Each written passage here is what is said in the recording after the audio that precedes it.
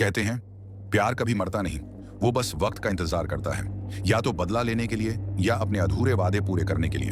कहानी शुरू होती है एक ऐसे गांव से जहां अक्सर चोर लुटेरे आया करते थे। इस वजह से पूरा गांव हमेशा दहशत में रहता था। उन्हीं चोरों में से एक चोर की नजर गांव की एक लड़की पर पड़ी। वह चोर रोज गांव आता और उस लड़की से आंखें मिलाता। धीरे धीरे लड़की भी उससे प्यार करने लगी। कुछ समय बाद दोनों मिलने लगे। वे रात के समय गांव के लाइट हाउस में मिलते थे। वहीं उनका रिश्ता और गहरा होता चला गया।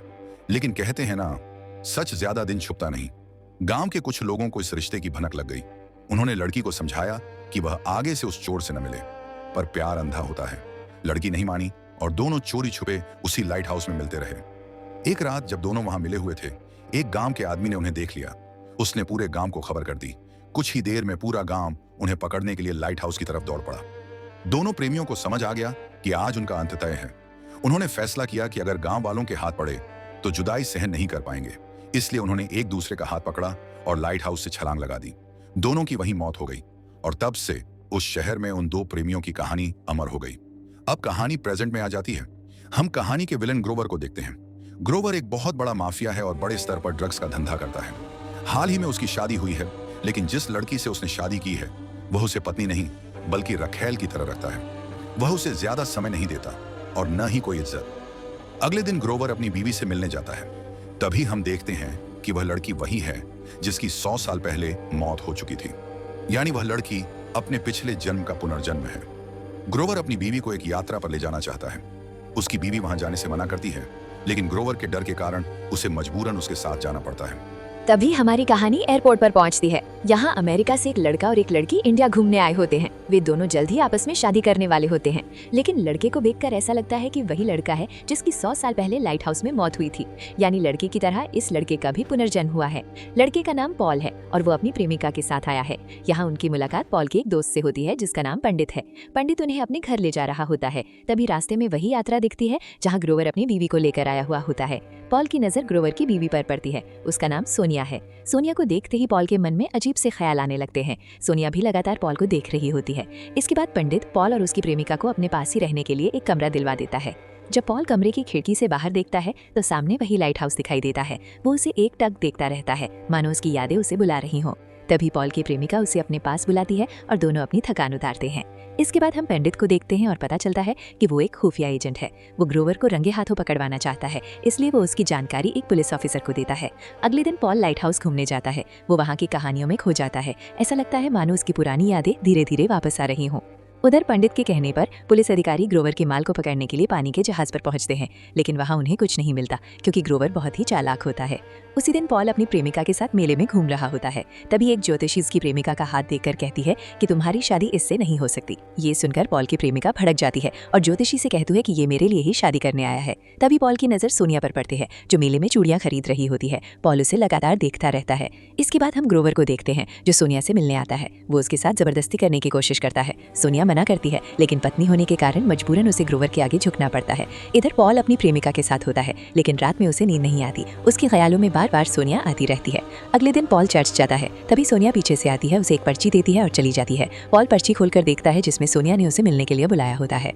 पॉल तुरंत अपने दोस्त पंडित की मदद लेता है और उसे सारी बात बता देता है। तभी हम ग्रोवर को देखते हैं, जो मछलियों को काटकर उनके अंदर से ड्रग्स निकाल रहा होता है। यानी ड्रग्स मछलियों के अंदर छुपाकर लाए जा रहे होते हैं। ग्रोवर को पता चल जाता है कि उसके खिलाफ कोई खुफिया एजेंट काम कर रहा है। वो अपने साथियों से उस एजेंट का पता लगाने को कहता है। अगले दिन पॉल अपनी प्रेमिका के साथ घूमने जाने वाला होता है, लेकिन वो पेट दर्द का बहाना बना लेता है। वो अपनी प्रेमिका को पंडित के साथ घूमने भेज देता है। जैसे ही पॉल की प्रेमिका बाहर जाती है, पॉल चुपचाप कपड़े बदलता है और सोनिया से मिलने निकल पड़ता है। उधर ग्रोवर की मुलाकात पॉल की प्रेमिका से होती है। उसे देखकर ग्रोवर उस पर फिदा हो जाता है और उसके साथ डांस भी करता है। इधर पॉल सोनिया के पास पहुंच जाता है। सोनिया उसे अपनी सारी बातें बताती है कि उसे लगातार लाइट हाउस के सपने आते हैं और पॉल वही है जिसे वो पिछले जन्म में प्यार करती थी। पॉल को भी सब कुछ याद आने लगता है और वो भी सोनिया से बेइंतहा प्यार करने लगता है। इसके बाद पॉल जल्दी जल्दी वापस घर लौट आता है ताकि उसकी प्रेमिका के आने से पहले ही घर पहुंच जाए और किसी को शक न हो। लेकिन पॉल की प्रेमिका इतनी शराब पी चुकी होती है कि उसे होश ही नहीं रहता। अगले दिन सोनिया चर्च के फादर से मिलती है और उन्हें अपनी पूरी कहानी बताती है।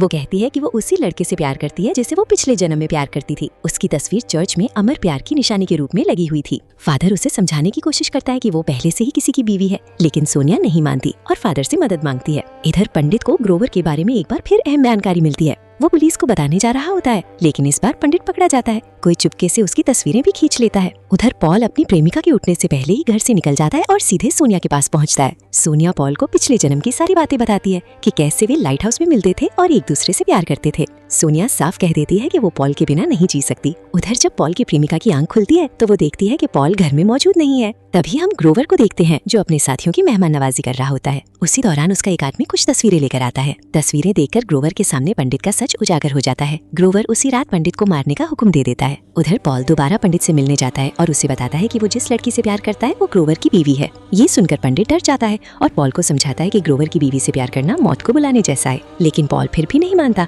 और सोनिया को अपनाने की बात करता है। इसके बाद पॉल घर लौटता है। उसकी प्रेमिका उससे पूछती है कि वो इतनी रात कहाँ गया था। पॉल जवाब देता है कि वो अपने दोस्त के घर पर था। उसकी प्रेमिका उससे प्यार जताने को कहती है, लेकिन पॉल थकान का बहाना बनाकर सो जाता है। अगले दिन ग्रोवर चर्च के फादर से मिलने आता है और बातों ही बातों में पंडित के घर का पता पूछ लेता है। दूसरी तरफ मेले में पॉल की प्रेमिका को वही ज्योतिषी दोबारा मिलती है। वो कहती है कि जो उसने पहले कहा था वही सच होगा। ये सुनकर पॉल की प्रेमिका को लगने लगता है कि ज्योतिषी सही कह रही है। उधर पॉल फिर से सोनिया से मिलता है और उससे कहता है कि उसे शक है कि वो अपने पति से छुटकारा पाने के लिए उसे इस्तेमाल कर रही है। ये सुनकर सोनिया भड़क जाती है और कहती है कि वो उससे सच्चा प्यार करती है, लेकिन पॉल उसे गलत समझ बैठा है। पॉल को यकीन दिलाने के लिए सोनिया उसे चर्च की वही पेंटिंग दिखाती है जिस पर पॉल और सोनिया की तस्वीर बनी होती है। पेंटिंग देखकर पॉल को सोनिया के प्यार पर भरोसा हो जाता है। इन सब के बाद धीरे धीरे पॉल और उसकी प्रेमिका के बीच झगड़े शुरू हो जाते हैं।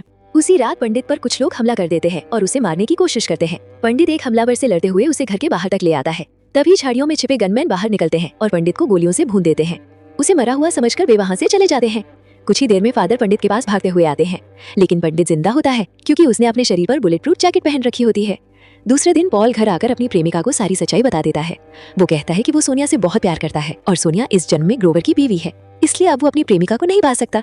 ये सुनकर पॉल की प्रेमिका बहुत गुस्सा हो जाती है। वो चुपचाप उसी दिन ग्रोवर के घर पहुंच जाती है और उसे सब कुछ बता देती है कि सोनिया पॉल के साथ रिश्ते में है। ये सुनते ही ग्रोवर भड़क उठता है। वो अपने आदमियों को सोनिया को पकड़कर लाने का हुक्म देता है।